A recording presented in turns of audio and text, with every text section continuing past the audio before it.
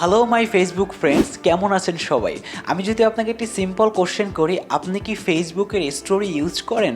তাহলে আপনার অবাক করা অ্যান্সার হবে ইয়েস, অবশ্যই আমি ইউজ করি। তাহলে আমি একটি অ্যানাউন্স করতে চাই, ফেসবুকের স্টোরির উপরে বেশ দুটো বিগ আপডেট এবং সেটিং এসেছে, যেটা আপনার স্টোরিটাকে আরও স্মুথ করে চালানোর জন্য হেল্প করবে। সো কথা না বাড়িয়ে চলুন সেই বিগ আপডেট এবং সেটিং দুটি দেখে আসি। Let's start. আমার 1 নম্বর আপডেটটি দেখার জন্য আমাকে স্টোরির ভিতরে ইন করতে হবে। আমি ক্রিয়েট স্টোরি দিলাম, তারপর আমি এখান থেকে যে কোনো একটা ছবি জাস্ট এখানে সিলেক্ট করে দিব। করার পরে আমরা দেখতে পাচ্ছি সি মোর, এখানে আমরা ক্লিক করব। করার পরে আমরা একটি নতুন ফিচার দেখব, সেটা হলো লিঙ্ক। আমরা এখানে লিঙ্কে ক্লিক করব। এই লিঙ্কটা মূলত কিসের? অনেক সময় আমরা ফেসবুকে প্রমোট করে থাকি বিভিন্ন ওয়েবসাইটের, বিভিন্ন ইউটিউব চ্যানেলের বা বিভিন্ন লিঙ্ক অ্যাপের, যে এই লিঙ্কে ক্লিক করে আপনি এই জিনিসটা দেখতে পারেন। সো এটা আসলে অত্যন্ত আমার কাছে হেল্পফুল মনে হয়েছে। সো আমি আমার সেকেন্ড যে ইউটিউব চ্যানেলটি আছে সেটার লিঙ্ক আমি এখানে দিয়ে দিলাম। দেন আমি এখানে অ্যাড দিয়ে দিলাম।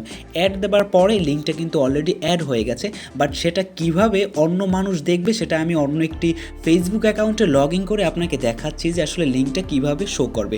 সো আমি আমার মেইন ফেসবুক অ্যাকাউন্টে আসলাম এবং আমি দেখতে পাচ্ছি আমরা যে পোস্টটা করেছিলাম এমডি জাহিদ থেকে, সেই পোস্টের উপর আমরা ক্লিক করব।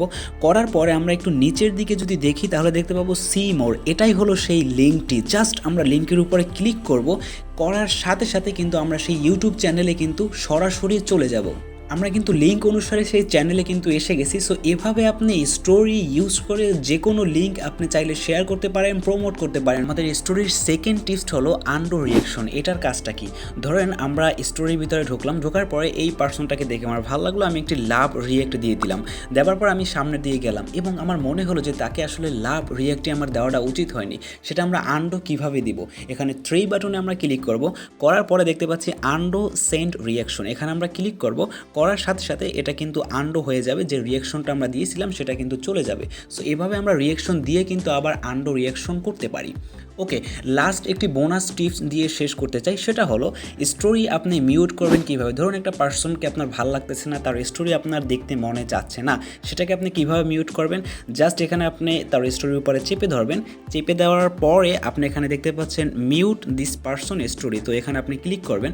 করার পরে এখানে আমরা দেখতে পাচ্ছি 24 ঘন্টার জন্য, 1 উইকের জন্য, অথবা আনটিল আই আনমিউট ইট। আমরা এখানেই ক্লিক করলাম যে আমরা যখন মনে হবে যে না তাকে আনমিউট করা দরকার তখনই আমরা করব। সো নিচেরটা আমি সিলেক্ট করে এখানে মিউট করে দিলাম। এই পার্সনটা কিন্তু সবসময়ের জন্যই কিন্তু স্টোরি থেকে চলে গেছে। এবং এই পার্সনটাকে যদি আপনি আবার আনমিউট করতে চান, সেটা আপনি কিভাবে করবেন? এখান থেকে আপনি সেটিংয়ে চলে আসবেন। সেটিংয়ে চলে আসার পরে এখানে প্রোফাইল সেটিংয়ে ক্লিক করবেন। করার পরে আপনি একটু নিচের দিকে যদি আসেন তাহলে অবশ্যই দেখতে পাবেন স্টোরি সেটিং নামে একটা অপশন আছে, এখানে আপনি ক্লিক করবেন।